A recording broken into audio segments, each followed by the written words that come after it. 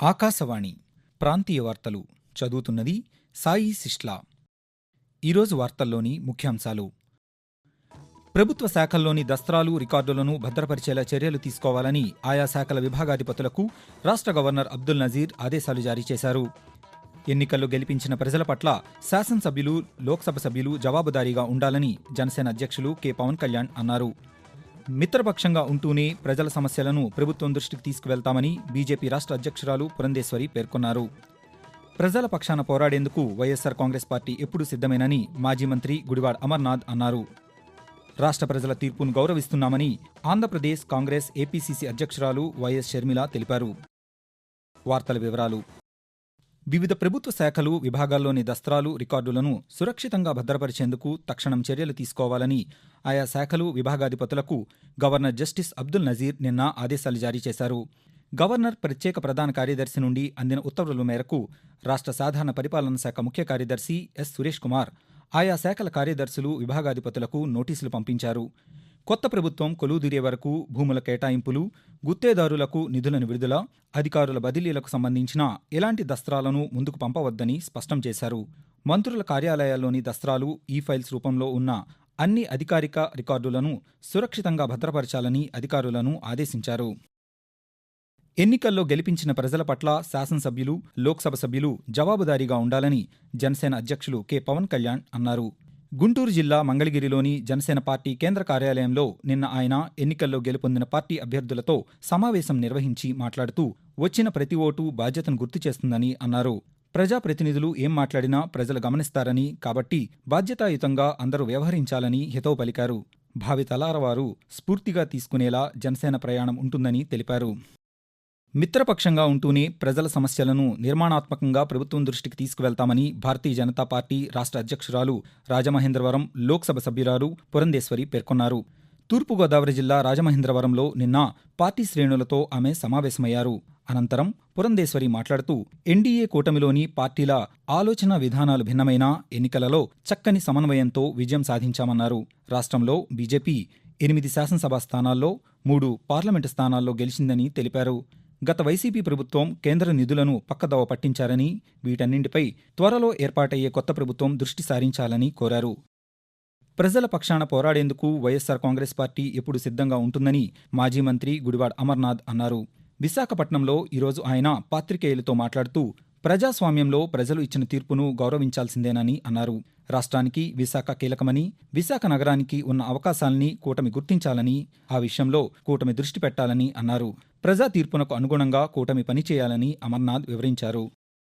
రాష్ట్ర ప్రజల తీర్పును గౌరవిస్తున్నామని ఆంధ్రప్రదేశ్ కాంగ్రెస్ ఏపీసీసీ అధ్యక్షురాలు వైఎస్ షర్మిల ఒక ప్రకటనలో తెలిపారు. నూతన ప్రభుత్వం ఏర్పాటు చేస్తున్న కూటమి నేతలకు శుభాకాంక్షలు తెలిపారు. ప్రజల ఆకాంక్షల మేరకు ఏర్పడే కొత్త ప్రభుత్వం రాష్ట్రాభివృద్ధిపై దృష్టి సారించాలన్నారు. రాష్ట్రానికి ప్రత్యేక హోదాతో పాటు రాజధాని నిర్మాణం, పోలవరంతో సహా అన్ని ప్రాజెక్టులు పూర్తి చేయాలని తెలిపారు. ప్రజల పక్షాన పోరాటాలు చేస్తూ జనం గొంతుకగా మారిన కాంగ్రెస్ ఇక మీదట అదే మార్గాన్ని కొనసాగిస్తుందని షర్మిల పేర్కొన్నారు. ఆంధ్రప్రదేశ్ ప్రజలు స్పష్టమైన తీర్పు ఇచ్చారని, ఓట్లతోనే సమాధానం చెప్పారని జనసేన సీనియర్ నాయకులు నాదెండ్ల మనోహర్ అన్నారు.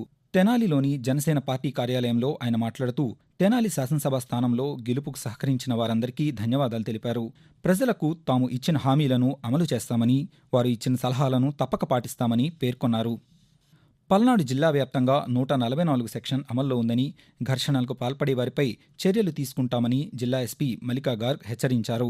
జిల్లాలోని చిలకలూరుపేట నియోజకవర్గం, నాదెండ్ల, ఎడ్లపాడు పోలీస్ స్టేషన్లను ఆమె నిన్న సందర్శించారు. 2 మండలాల్లో ఎన్నికల ఓట్ల లెక్కింపు సందర్భంగా జరిగిన ఘటనల గురించి అడిగి తెలుసుకున్నారు. రక్షణ చర్యల్లో భాగంగా తీసుకోవాల్సిన జాగ్రత్తలపై పోలీసులకు పలు సూచనలు చేశారు.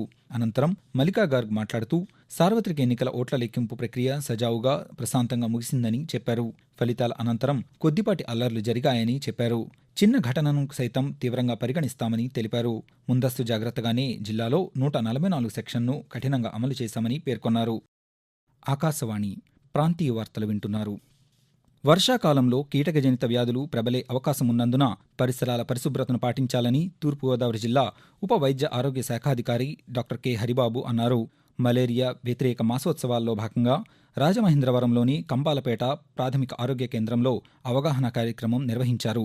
ఈ సందర్భంగా హరిబాబు మాట్లాడుతూ ప్రతి ప్రాథమిక ఆరోగ్య కేంద్రం, గ్రామ వార్డు సచివాలయాల పరిధిలో నీటి నిల్వలు తొలగించేలా చర్యలు తీసుకోవాలని, ప్రతి శుక్రవారం డ్రై డే కార్యక్రమాన్ని నిర్వహించాలని అధికారులకు సూచించారు.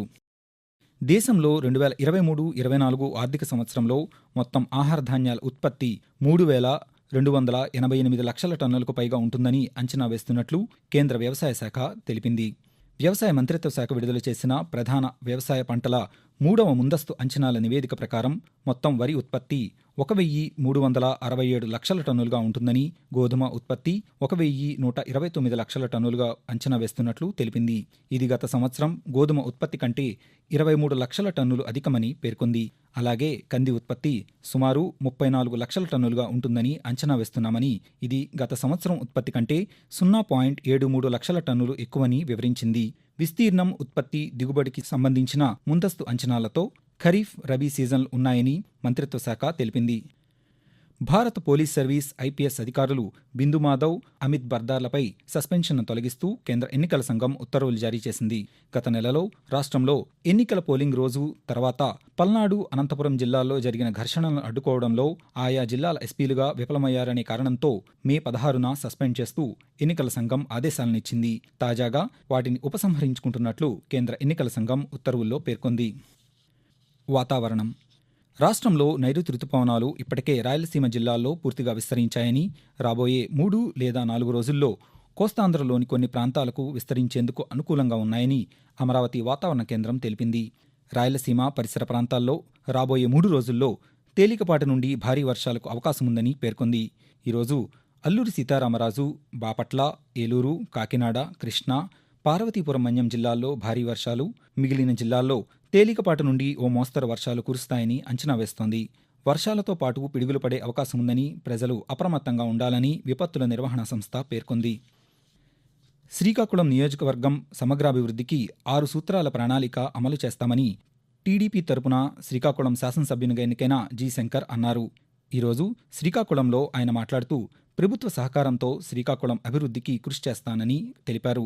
కోడి రామూర్తి స్టేడియంను యుద్ధ ప్రాతిపదికన నిర్మిస్తామని, శ్రీకాకుళం నుండి ఆముదాల వలస రైల్వే స్టేషన్కు వెళ్లే రహదారి పనులు శరవేగంగా పూర్తి చేస్తామని చెప్పారు. శ్రీకాకుళం జిల్లా కేంద్రం నుండి గ్రామీణ ప్రాంతాలను కలుపుతూ ఔటర్ రింగ్ రోడ్ ఏర్పాటు చేస్తామని తెలిపారు. రైతులకు సాగునీరు ఇబ్బంది లేకుండా చేసేందుకు వంశధార, నాగావళి నదుల సాగునీటి కాలువలను పొడిగించేలా చర్యలు చేపడతామని పేర్కొన్నారు. ప్రజా సంక్షేమం, అభివృద్ధి లక్ష్యంగా ప్రజాకూటమి పాలన సాగిస్తుందని గన్నవరం శాసనసభ్యులు వై. వెంకట్రావు తెలిపారు. ఈరోజు విజయవాడలో ఆయన మాట్లాడుతూ భారీ మెజార్టీతో గెలిపించిన ప్రజలకు ధన్యవాదాలు తెలియజేశారు. ప్రజల నమ్మకానికి అనుగుణంగా గన్నవరం నియోజకవర్గాన్ని అభివృద్ధి బాటలో ముందుండే విధంగా కృషి చేస్తానన్నారు. నియోజకవర్గంలో అనేక వాణిజ్య సంస్థలు ఏర్పాటు చేసి యువతకు ఉపాధి అవకాశాలు కల్పిస్తామని పేర్కొన్నారు. ఆకాశవాణి ప్రాంతీయ వార్తలు ముగించే ముందు ముఖ్యాంశాలు మరొకసారి. ప్రభుత్వ శాఖల్లోని దస్త్రాలు, రికార్డులను భద్రపరిచేలా చర్యలు తీసుకోవాలని ఆయా శాఖల విభాగాధిపతులకు రాష్ట్ర గవర్నర్ అబ్దుల్ నజీర్ ఆదేశాలు జారీ చేశారు. ఎన్నికల్లో గెలిపించిన ప్రజల పట్ల శాసనసభ్యులు, లోక్సభ సభ్యులు జవాబుదారీగా ఉండాలని జనసేన అధ్యక్షులు కె. పవన్ కళ్యాణ్ అన్నారు. మిత్రపక్షంగా ఉంటూనే ప్రజల సమస్యలను ప్రభుత్వం దృష్టికి తీసుకువెళ్తామని బీజేపీ రాష్ట్ర అధ్యక్షురాలు పురంధేశ్వరి పేర్కొన్నారు. ప్రజల పక్షాన పోరాడేందుకు వైఎస్సార్ కాంగ్రెస్ పార్టీ ఎప్పుడూ సిద్ధమేనని మాజీ మంత్రి గుడివాడ అమర్నాథ్ అన్నారు. రాష్ట్ర ప్రజల తీర్పును గౌరవిస్తున్నామని ఆంధ్రప్రదేశ్ కాంగ్రెస్ ఏపీసీసీ అధ్యక్షురాలు వైఎస్ షర్మిల తెలిపారు. ఆకాశవాణి ప్రాంతీయ వార్తలు ఇంతటితో సమాప్తం.